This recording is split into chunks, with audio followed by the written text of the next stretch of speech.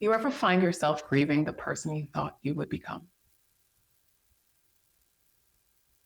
So last week, I hit a major milestone. And rather than feeling celebratory, all I could feel was sadness because it didn't happen the way that I expected it to happen. And unfortunately, in achieving that milestone, I realized that it will never happen the way that I envisioned. So psychologists actually have a name for that alternate version of ourselves that we carry. They call this a possible self. And this possible self could be aspirational or it could be a feared version of ourselves. And this alternate version is very real. It has the ability to shape our emotions, our desires, our motivation. Think about it. If you have a version of yourself that you are working towards, that version of yourself creates the energy that gets you up in the morning, that gets you to do the thing that you don't want to do. That version is what motivates you to keep you moving forward.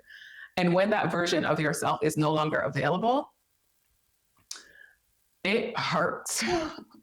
It is a pain that is as real as losing a loved one. Psychologists Cynthia Schultz and Elizabeth Bruce actually calls this grief a non-finite loss. It's a loss that's tied to a dream or a hope rather than a person, or a loss that comes about as a result of you not achieving a certain milestone or things not working out as expected. Because we don't have a ritual for this non-finite grief, there's no funerals, there's no sympathy cards.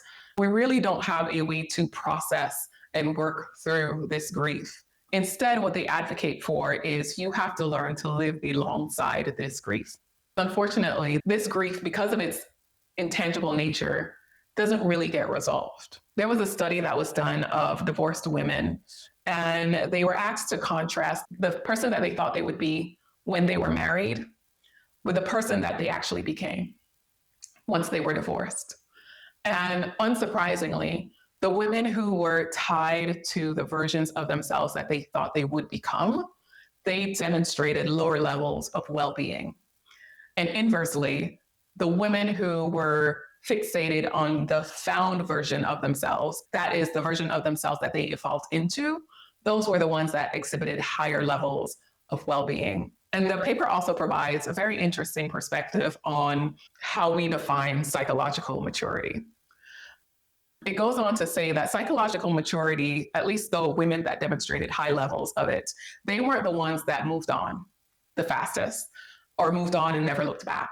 They were the women that, at least with time and with distance, they were able to analyze who they were, who they thought they would become, and use that in order to inform the person that they were today. So for me, last week when I achieved that big accomplishment, I was very much stuck on the way that I thought it should have been, rather than the way that it was. And I lost sight of how lucky and blessed I am to have accomplished what I did by myself. Even though I mourn the version of myself that I thought I would be at this point, the reality is that person is dead. At least the way in which I envisioned it.